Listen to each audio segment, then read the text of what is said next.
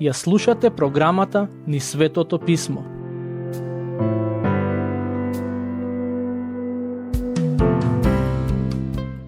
Драги слушатели, денес ќе обработиме глава 6 од книгата Дела, во која ни се запишани неколку важни моменти од животот на првата црква. Ќе почнеме со читање на првиот стих. Тука ни е опишан еден вид на проблем во првата црква, односно едно негодување кое се јави како резултат на хуманитарната дејност на црквата. Кога учениците се намножија, елинизираните јудејци се побунија против евреите, зашто при секојдневното делење храна не биле пригледувани нивните вдовици. Дозволете ми да објаснам за што станува збор. Ова е расправија помеѓу елинизираните јудејци и јудејците, односно помеѓу оние јудејци кои ја прифатија грчката култура, филозофија и јазик и обичните јудејци. Но, ова не е конфликт помеѓу два различни народи. Тука не станува збор за некакво антисемитистичко движење. Во суштина станува збор за еден вид на недоразбирање. Според некои мои проценки, до овој момент црквата во Ерусалим броела од прилика 25.000 членови. И како што можете да претпоставите, кога имате толку голема локална црква, недоразбирањата неминовно ќе се јават. Како што можете да забележите од стихот кој го прочитавме, црквата почна да ги храни и вдовиците, а во целиот тој процес некои од нив беа изоставени. Верувам дека тоа била ненамерна грешка. Стих 2. Тогаш 12 го свикаа целото мноштво ученици и рекоа: не е добро ние да го оставиме Словото Божјо и да послужуваме на трпезите. Апостолите имаа приоритет во службата, а тоа беше проповедањето на Божјото Слово. Бидејќи тоа беше нивната главна служба, можеби и затоа дојде до ситуација во која некои вдовици не добиваа храна редовно. Но решението не беше целосно да се посветат на социјалната работа. Тие знаеја дека ако целосно се посветат на делење храна, тоа ќе значи дека нема да имаат време да го проповедаат Евангелието. А токму проповедањето на Евангелието беше нивниот повик даден од Господ Исус. Ова е важен принцип кој секоја црква треба да го разбере. Главната служба на свештеникот или пасторот не треба да биде во социјалната работа, туку во проучување на Словото, подготовка на поуки и проповеди и молитва. За жал денес црквите често бараат пастори кои треба да бидат вклучени во секоја можна црковна активност, од проповедање па се до хуманитарна работа. Мислам дека токму таквите очекувања се една од причините поради која многу цркви, а и свештени лица страдаат. Што одлучија апостолите? Какво решение најдоа за оваа ситуација? Стих 3. Затоа, браќа, одберете меѓу вас 7 честни луѓе, исполнети со дух и мудрост, па ќе ги поставиме на таа служба. Апостолите одбраа 7 мажи, кои беа докажани како доблесни и духовни личности, на кои им ја предадоа социјалната или хуманитарната работа во црквата. Јас мислам дека е добро што црквата се соочи со ваков вид на криза, бидејќи тоа ги поттикна водачите да ја поделат работата и секој да може да се држи до својот повик. Патем, овие 7 луѓе беа првите ѓакони во црквата, но сакам да нагласам дека ѓаконската служба не се однесува само на распределба на материјалните добра или пак на хуманитарната работа. Ѓаконската служба е духовна служба, која неминовно подразбира грижа и за духовните потреби на луѓето. Патем, верувам забележавте дека од нив се бараше да бидат честни луѓе. Со други зборови, тоа значи дека луѓето наоколу требаше да ги препознаат како честни луѓе. Ова е уште еден важен принцип кој црквата денес треба да го има на ум.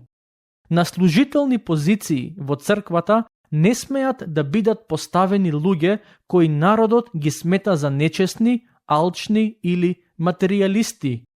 Но тие исто така требаше да бидат исполнети со дух и мудрост. Во послание до Ефесијаните, глава 5, стих 18, апостолот Павле вели: Не опивајте се со вино, но исполнувајте се со Светиот Дух. Овие се думина кои беа поставени за ѓакони, беа честни, исполнети со Светиот Дух и со Божја мудрост. Кога се вели дека беа исполнети со мудрост, тоа значи дека беа луѓе кои сериозно ја сватија својата духовност. Тоа беа луѓе кои знаеа да го применат во пракса тоа што го веруваат. Забележете што се вели за еден од тие ѓакони, човек по име Стефан, неколку стихови подолу. Но не можеа да се спротивстават на мудроста и духот со кој тој зборуваше. Патем Стефан е првиот маченик на црквата, а беше и еден од првите ѓакони на црквата. Но, според стихот кој го прочитавме, можете да забележите дека ѓаконите не беа прости луѓе кои не знаеа уста да отворат, туку луѓе преку кои Светиот Дух зборуваше со авторитет. Стихови 4 и 5. А ние целосно ќе и се посветиме на молитвата и на службата на Словото. Предлогот му се допадна на сиот народ, па ги одбраа Стефан, човек исполнет со вера и Дух Свети, Филип, Прохор, Никанор, Тимон, Пармена, Николај, еден новопридојден од Антиохија. Од овие се думина Стефан е најпознат, тоа е поради неговата маченичка смрт, но тоа не значи дека другите не се важни. И покрај тоа што Лука не пишува речиси ништо за нив, освен што не ги дава нивните имиња, сепак можеме да бидеме сигурни дека овие луѓе, исполнети со дух и мудрост, на многу значаен начин придонесоа за функционирањето на првата црква која беше лоцирана во Ерусалим. Стих 6. Нив ги поставија пред апостолите, а тие, откако се помолија, ги положија рацете над нив. Предпоставувам некои од вас се прашуваат: што е поентата со положувањето раце врз овие ѓакони? Дали има некаква магична моќ во положувањето раце? За жал, некои луѓе го веруваат тоа, дека кога едно свештено лице врз нив ќе положи раце, тоа ќе предизвика некое посебно искуство или доживување за нив. Иако е вистина дека Бог низ вековите дејствувал и на таков начин, сепак тоа не значи дека треба да избрзуваме со заклучоци и да тврдиме дека секогаш кога едно свештено лице ќе положи раце врз некого, тоа мора да резултира со некакво чудо. Положувањето на раце едноставно значи дека личноста врз која се положени рацете е одредена за конкретна служба или намена, а во одредени случаи означува и пренесување на благослов и авторитет за некоја конкретна задача. Например, во Стариот Завет свештениците полагаа раце врз жртвите кои се принесуваа во храмот. Полагајќи раце врз жртвата, свештеникот всушност покажува дека таа е назначена и одредена да биде принесена за гревовите на луѓето.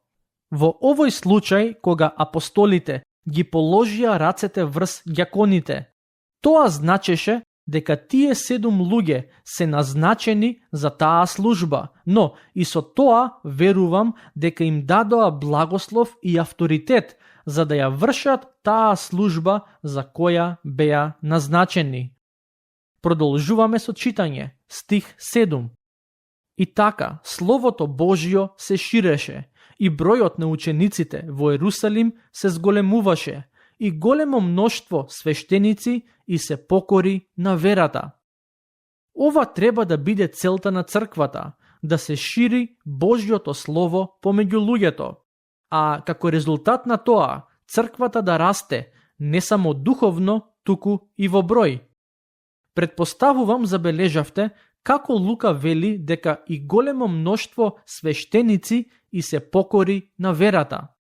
Тоа значи дека Евангелието не даваше плод само помеѓу така наречените обични верници, туку и дел од свештениците сфатија дека Христос е долго очекуваниот Месија. Но, знаете, секогаш кога Божјото царство напредува, секогаш кога луѓето се спасуваат, верниците треба да бидат подготвени за напади и опозиција. Сега нашето внимание ќе биде насочено кон човекот по име Стефан. Тој беше еден од водачите на црквата во Ерусалим и, како што спомнав претходно, и првиот маченик. Стих 8. А Стефан, исполнет со вера и сила, правеше големи чудеса и знаци меѓу луѓето. Верувам се сеќавате како претходно спомнав дека службата на ѓаконите не се сведуваше само на распределба на храна и социјална работа. Нивната првична служба беше грижата за духовното здравје на луѓето. Како што можете да забележите од стихот кој го прочитавме, Стефан беше многу влијателна личност, човек преку кого Светиот Дух правеше чудеса и знаци меѓу луѓето. Стихови 9 до 15. Тогаш се кренаа некои припадници на синагогата, наречена синагога на либертините, на кинерејците и александриците, како и на оние што беа во Киликија и Азија, и почнаа да се препираат со Стефан, но не можеа да се спротивстават на мудроста и духот со кои тој зборуваше. Затоа тајно подучија некои луѓе да речат: го чувме дека хули на Мојсей и на Бога. Така го надразнија народот, старешините и книжниците. Потоа пристапија кон него, го зграпчија и го одведоа во Синедрионот. Таму поставија лажни сведоци, кои рекоа: овој човек постојано хули на ова свето место и на законот. Го слушнавме како зборува дека Исус од Назарет, тој ќе го разруши ова место и ќе ги измени обичаите што ни ги предаде Мојсей. Тогаш сите што беа во Синедрионот го вперија погледот во него и видоа дека лицето негово му беше како лице на ангел. Предпоставувам ќе се сетите дека нешто слично се случи и со Господ Исус Христос. Неговите противници не можеа вербално да го надмудрат, ниту пак да му најдат некаква вина, па затоа одлучија да изнесуваат лаги против него. Вистина е дека Господ Исус зборуваше за уништувањето на храмот, но тоа првично се однесуваше на неговото тело, а не буквално на храмот во Ерусалим. Се чини дека противниците на христијанската вера или не ги разбраа Исусовите зборови, или намерно ги изопачија, но нивните зли намери се забележуваат преку нивната изјава дека Господ Исус ќе ги измени обичаите кои Мојсей ги има воспоставено. Во Евангелијата се вели дека самиот Господ Исус рече дека не дојде да го поништи законот, туку целосно да го исполни. Како тогаш може Исус да ги измени обичаите за кои самиот вели дека дојде да ги исполни? Со тие зборови кои се всушност обвинение против Стефан, завршува глава 6 од книгата Дела. Сега доаѓаме до глава 7, во која е запишана проповедта и мачеништвото на Стефан, еден од 7 ѓакони на црквата во Ерусалим. Денес нема да имаме доволно време за да ја прочитаме и обработиме 7 глава, но ќе го сториме тоа со барем неколку стихови, Во одредена смисла, Стефан ќе даде кратка историја на израелскиот народ, и тој негов поглед на израелската историја ќе биде искрен и самокритичен, бидејќи јасно ќе им докаже на оние кои го слушаат дека низ вековите никогаш не се случило целиот израелски народ да го почитува Бог. Проблемот беше во тоа што неговите слушатели не сакаа да го чујат тоа. Да почнеме со читање, стихови 1 и 2. Тогаш првосвештеникот рече: така ли е тоа? А тој одговори: луѓе, браќа и татковци, чујте. Стефан се обраќа со зборовите: луѓе, браќа и татковци, чујте. Очигледно е дека сакаше да им покаже почит на оние кои го слушаат. И покрај тоа што тие го прогонуваа и нивните намери беа зли, сепак тој не им возврати со иста мера. Патем, помеѓу оние кои го прогонуваа и сакаа да го замолкнат Стефан, беше и еден човек по име Савле.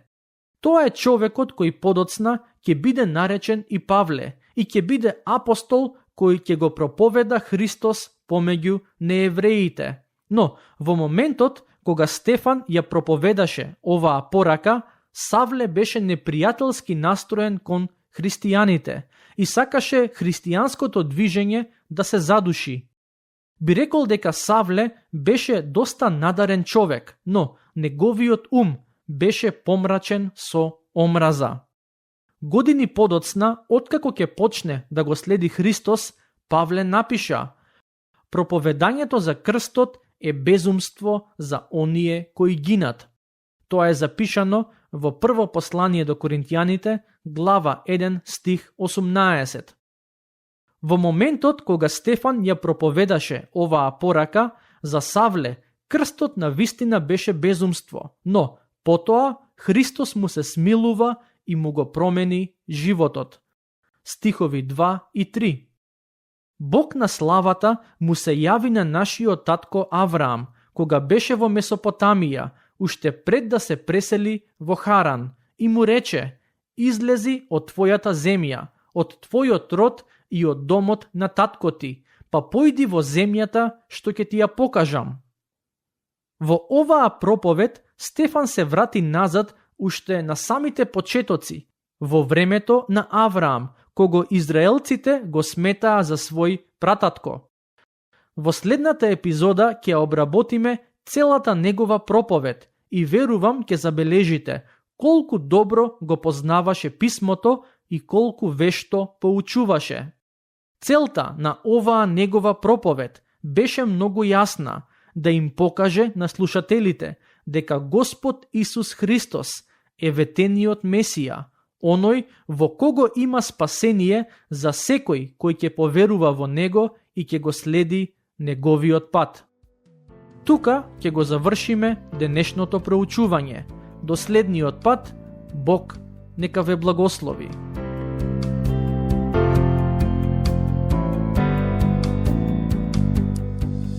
Слушнавте епизода од програмата Низ Светото Писмо. Можете да не слушате и преку мобилна апликација на нашиот YouTube канал и на подкаст платформите како што се Apple и Spotify. Ако ви се допаѓаат нашите епизоди, споделете ги и препорачајте ги на вашите пријатели.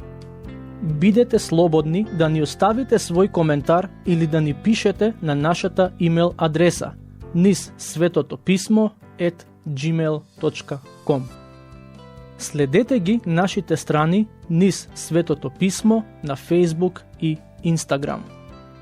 Епизодите од оваа серија можете да ги најдете и на нашата веб страна ttb.twr.org.